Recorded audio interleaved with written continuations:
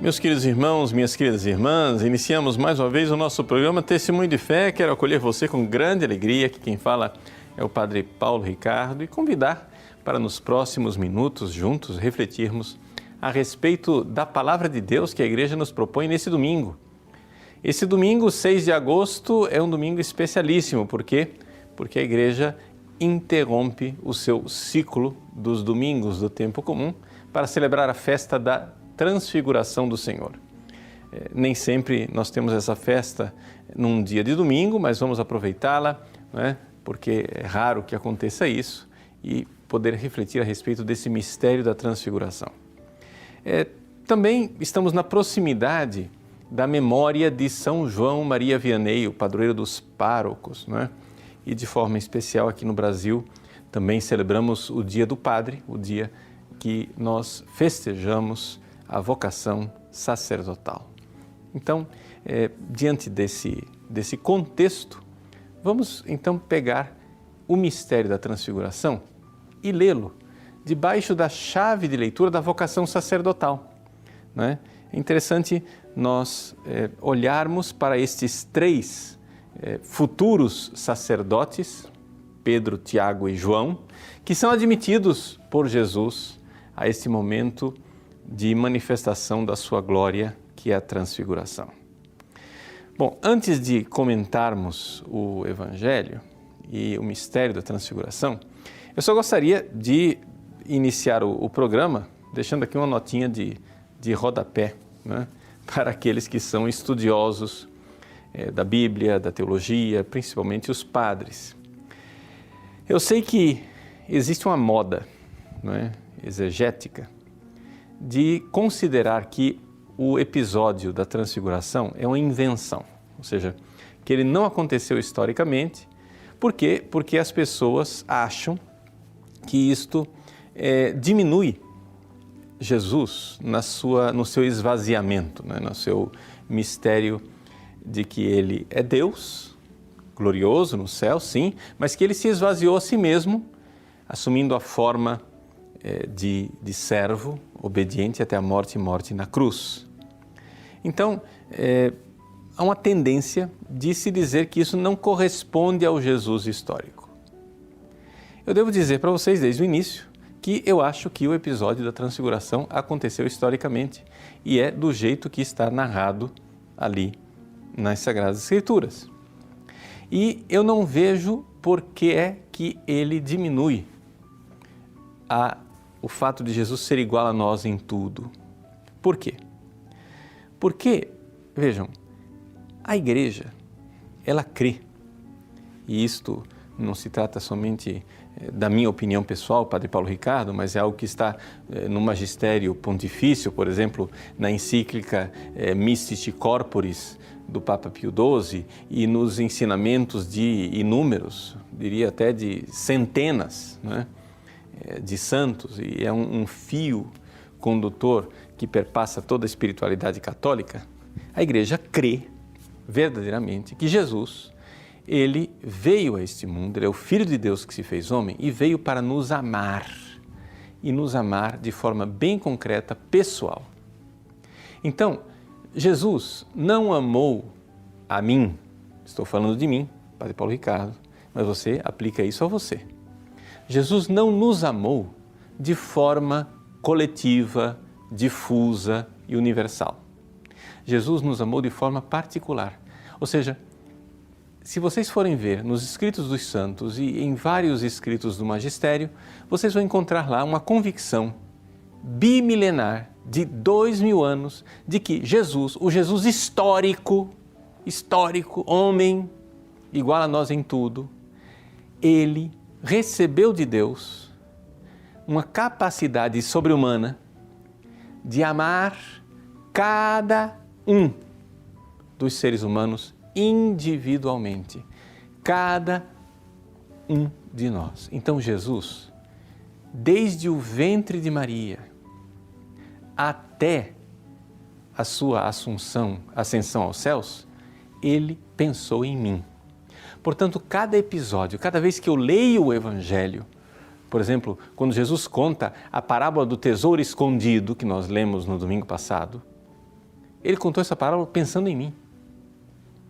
Mas como é possível que um ser humano faça isso? Bom, isso é possível porque no núcleo da alma de Jesus havia algo da glória de Deus que lhe dava esse dom especialíssimo para poder me amar. Isso em nada afetava, né, o fato de que ele, exatamente imbuído, tendo recebido esta capacidade extraordinária, ele sofreu nesse mundo, né? E sofreu como ninguém de nós seria capaz de sofrer. Ele realmente viveu todas as consequências dolorosas e trágicas do pecado na sua morte e morte como servo obediente até a cruz. Bom, então essas duas realidades elas precisam ser afirmadas ao mesmo tempo. Ou seja, o amor e o sofrimento, né, tremendo de nosso Senhor Jesus Cristo e ao mesmo tempo um amor pela humanidade, onde Jesus, lá há 2000 anos atrás, na sua vida histórica, pensava em cada um de nós, individualmente e o tempo todo. Porque no núcleo da sua alma nós estávamos lá presentes. É aquilo que em teologia, a explicação teológica disso, que são outros 500, é que Jesus tinha no núcleo da alma, só no núcleo da alma, ele tinha a visão beatífica. Mas isso é uma explicação teológica. O fato é que a fé da igreja, né, com explicação ou sem explicação, crê nisso, que Jesus tinha essa capacidade que lhe foi dada por Deus. Então, existe algo, né, de glorioso lá no núcleo de nosso Senhor Jesus Cristo, no núcleo da sua alma, na intimidade do seu coração. De tal forma que, quando eu, hoje, peco, Jesus, lá na sua paixão, está vendo o meu pecado e está sofrendo com isto. E quando eu me converto, quando eu vou fazer uma visita ao sacrário, quando eu faço algum ato de virtude, Jesus, há 2000 anos atrás, está vendo o meu ato de virtude e está recebendo a minha consolação. Esta é a fé da igreja, quando, por exemplo, nós falamos de reparação ao Sagrado Coração de nosso Senhor Jesus Cristo. Por quê? Vamos reparar o quê? Como é que a minha ofensa hoje pode ofender Jesus lá atrás, né? Só pode ser de um jeito, que ele lá atrás esteja vendo a mim hoje. Então, e como é que eu posso reparar e consolá-lo? Porque ele está vendo, porque isso não é possível que esteja acontecendo no céu, porque no céu Jesus não pode mais ser objeto, ele não pode ser, ele não é sujeito de sofrimento. No céu Jesus não sofre mais. Então, como é que eu posso dizer que o meu pecado faz Jesus sofrer?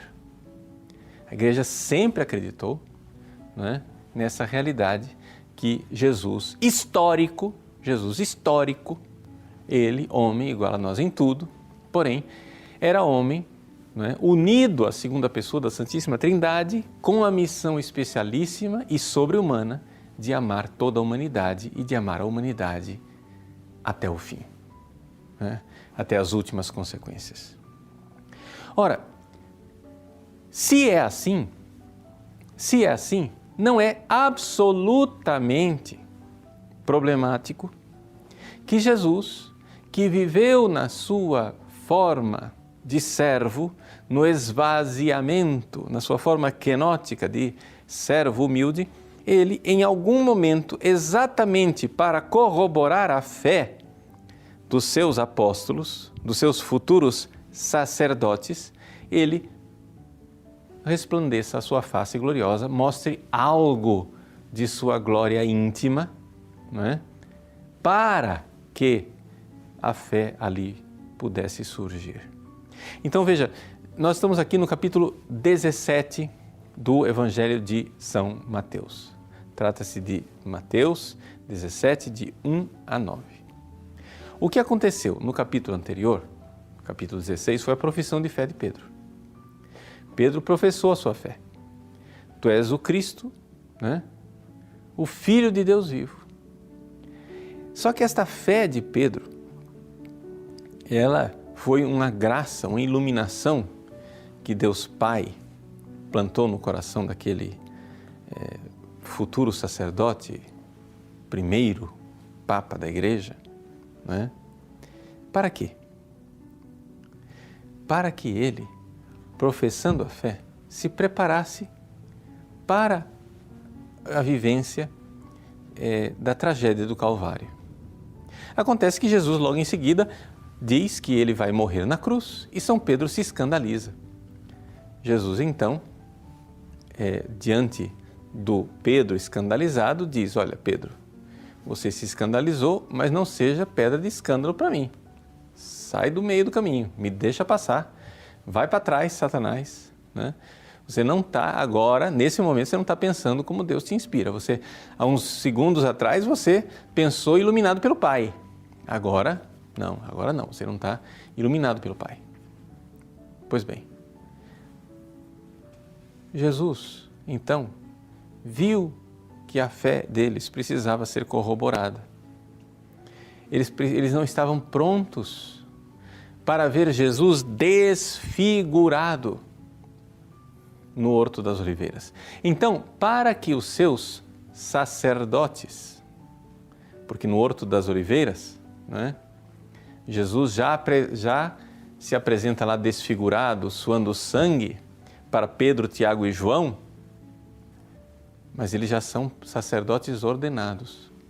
Então, para que os seus sacerdotes estivessem prontos para assistir ao drama do Cristo desfigurado no Horto das Oliveiras, Jesus aqui leva esses 3 seminaristas, né, que ainda não eram ordenados sacerdotes, para o Monte Tabor. E como seus amigos, ele revela a eles esta luz interior. De tal forma que essa experiência da luz do Cristo pudesse iluminar e corroborar a fé destes que um dia seriam sacerdotes. Jesus se apresenta ali, Moisés e Elias dialogam com ele a respeito da paixão e, ao fazer isto, os 3 apóstolos, Pedro, Tiago e João, estão ali recebendo a capacidade de ver que aquilo que Jesus acabou de prever, ou seja, a sua morte na cruz em Jerusalém, não é algo, digamos assim, que vai ser uma fatalidade imprevista, um acidente e um acaso. É algo que já está nas Sagradas Escrituras. É algo que Moisés e Elias, ou seja, a Torá e os profetas já contêm. É um segredo escondido, né, por Deus, que agora se revela ali diante desses apóstolos. Portanto, a transfiguração de Jesus para os apóstolos é uma luz que Jesus quer dar a eles para que eles vejam a luminosidade da paixão, a luminosidade da cruz. A cruz é apresentada no seu lado glorioso, que eles não serão capazes de enxergar de forma tão explícita e clara na paixão. Na paixão tudo isso vai estar escondido, mas na paixão já existe, está lá, na paixão com todo o sofrimento de Cristo, verdadeiro, real, nada de farsa. Ele sofreu e sofreu verdadeiramente, sofreu tremendamente e sofreu mais do que qualquer um de nós seria capaz de sofrer. Com todo aquele sofrimento, havia algo de secreto no íntimo da alma de Cristo, que era o fato de que ele estava vivendo ali a íntima comunhão com o Pai e o amor por cada um de nós. Se Jesus morreu na cruz, aos brados de meu Deus, por que me abandonastes? É porque esta era a dor psíquica de Cristo, é o que ele viveu na sua paixão, mas não é o que ele viveu no núcleo da alma. A dor de abandono, o sentimento de abandono do Cristo na cruz não poderia ser mais radical, não poderia ser mais terrível, não poderia ser mais verdadeiro. Porém, ao mesmo tempo, ele, no íntimo da sua alma, estava unido com o Pai. Então, vejam que coisa maravilhosa e extraordinária. Jesus leva os seus apóstolos para o Monte Tabor para prepará-los, para que eles tenham fé. E destes três queridos, desses três apóstolos escolhidos dele, amigos prediletos, Pedro, Tiago e João, somente João irá, digamos assim, passar na prova, passar no teste, né? Por quê? Porque João permanece e vai com Jesus até o Calvário. Ele verdadeiramente, né, ele soube aproveitar aquilo que é essa teofania, essa manifestação de Deus, né, ali no Monte Tabor, na Transfiguração. Por quê? Porque a finalidade última de Jesus se mostrar e mostrar toda a sua glória escondida ali no Monte Tabor é a mensagem final da voz do Pai, que diz: este é o meu Filho muito amado. Vejam, Jesus é muito amado, e quando vocês, apóstolos, né, virem Jesus abandonado, escorraçado, né, aparentemente, né, deixado por Deus, vocês não duvidem nisso que eu estou dizendo para vocês. Este é o meu Filho amado, no qual eu pus todo o meu agrado. Ele é meu Filho amado, mesmo que a cruz mostre o contrário. Agora, o que vocês precisam para ter fé é escutai-o. Então vejam que aqui está realmente aquilo que é a missão principal do ministério sacerdotal. O ministério sacerdotal é o ministério daqueles que, na meditação da palavra de Deus, não é, diante do Cristo, já não transfigurado no Tabor, mas escondido no sacrário, o padre medita aquela palavra, escuta aquela palavra e experimenta esta luz, essa luz sobrenatural do Cristo que ilumina a sua alma, para que ele possa, a partir das verdades contempladas na sua vida de oração, pregar aos outros, levar os outros para Deus, né? Ser verdadeiramente apóstolo de Cristo. Mas esse apostolado, essa realidade de estar com Cristo no Tabor, que é o sacrário, a meditação, o escutar a palavra de Deus, não está completo, né, se não formos também com Cristo para o Calvário. Por isso, todo sacerdote, absolutamente todo sacerdote católico, precisa ser vítima. Nós estamos celebrando, né, o Dia do Padre aqui no Brasil, nessa festa da Transfiguração.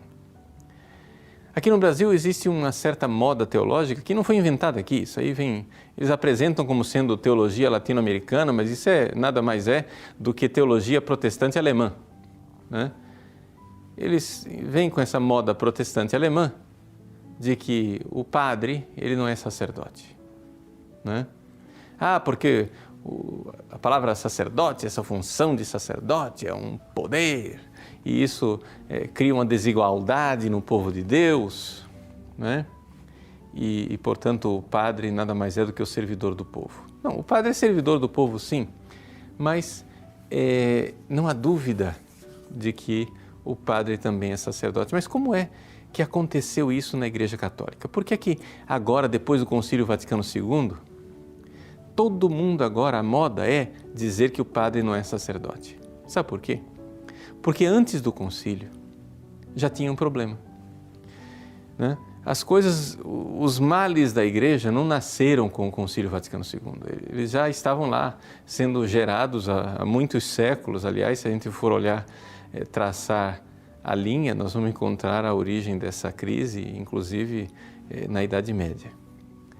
Mas, sem ir tão longe, antes do concílio, nós vamos ver que os padres começaram a deixar de ser vítima. Por quê? Porque um sacerdote católico precisa ser sacerdote como Cristo é sacerdote. E como é que o Cristo é sacerdote? Ele é sacerdote e vítima. Quando os padres, ao longo dos séculos, usaram a batina preta, eles não usavam a batina preta porque aquele negócio era uma roupinha elegante e eles vaidosamente se apresentavam, como umas dondocas bem vestidas. Nada disso. A batina preta é uma mortalha de um homem que se ofereceu em sacrifício. Ou seja, um sacerdote não é um homem. O sacerdote é o sacrifício de um homem. Então, já antes do concílio, se via um pouco esta tendência do padre ser sacerdote, se apresentar como sacerdote, mas nunca as pessoas recordavam o quanto o sacerdote precisava ser vítima. Ou seja, precisava se entregar, como Cristo se entregou. Ou seja, é mais ou menos o que acontece com as famílias. Nós estamos no mês de agosto, mês das vocações, aqui no Brasil, e semana que vem nós vamos celebrar o Dia dos Pais. Então, vamos celebrar esse mistério da família. Ora, quando a gente vê lá na Bíblia que mulheres, sede submissa aos vossos maridos, ninguém mais quer que o marido seja o chefe da família, porque isso é uma coisa de poder, né? De opressão. Mas a gente se esquece de lembrar que Jesus, quando falou, através do apóstolo São Paulo, mulheres, sede submissas aos vossos maridos, ele também disse, maridos, amai vossas esposas como Cristo amou a igreja. E como é que o Cristo amou a igreja? Amou a igreja como vítima, se imolando em holocausto e derramando o sangue dele para salvar a sua esposa. Então é evidente que um homem, um pai de família, só tem direito de se apresentar como o chefe da sua família se ele estiver derramando o sangue dele pela sua família. Se ele é simplesmente um crápula, é evidente que ninguém vai se submeter a um calhorda. A mesma coisa o sacerdote. Ora, eu não vejo que haja dificuldade nenhuma numa comunidade cristã de se submeter ao poder do sacerdote se eles virem que o seu sacerdote, como São João Maria Vianney, está derramando sangue por eles. João Maria Vianney, antes de converter a sua paróquia, ele se ofereceu como vítima, com as suas penitências, com os seus sacrifícios. E então, uma vez que os paroquianos começaram a receber os frutos espirituais daquele amor, a graça que brotava, né, daquele amor de um santo sacerdote que se oferece como vítima, as conversões começaram a acontecer. Não por técnicas de oratória, porque Vianney não era um grande orador, não por técnicas pastorais, porque Vianney não era um grande organizador pastoral, mas simplesmente por uma coisa, porque Vianney era um sacerdote que amou os seus e amou-os até o fim como vítima imolada no altar. Quando ele oferecia o sacrifício de Cristo no altar, ele se oferecia junto. E isto é o que se espera de um sacerdote. Jesus, nesta festa da Transfiguração, ele sobe ao Tabor, porque ele espera que um dia os seus sacerdotes subam ao Calvário. É na experiência da fé na meditação da fé, no conhecimento do Cristo através da oração, da luz sobrenatural que vem quando a gente medita a palavra de Deus diante do sacrário, que nós vamos nos preparando para aquilo que é a nossa grande tarefa, que é a nossa grande missão, que é subir ao Calvário com Cristo e nos oferecer em sacrifício pelo povo de Deus. Meus irmãos, rezemos então pelos nossos sacerdotes e que nessa festa da transfiguração, cada um dos nossos sacerdotes receba a graça de se configurar ao Cristo, sacerdote e vítima. Deus abençoe você. Em nome do Pai, e do Filho, e do Espírito Santo. Amém.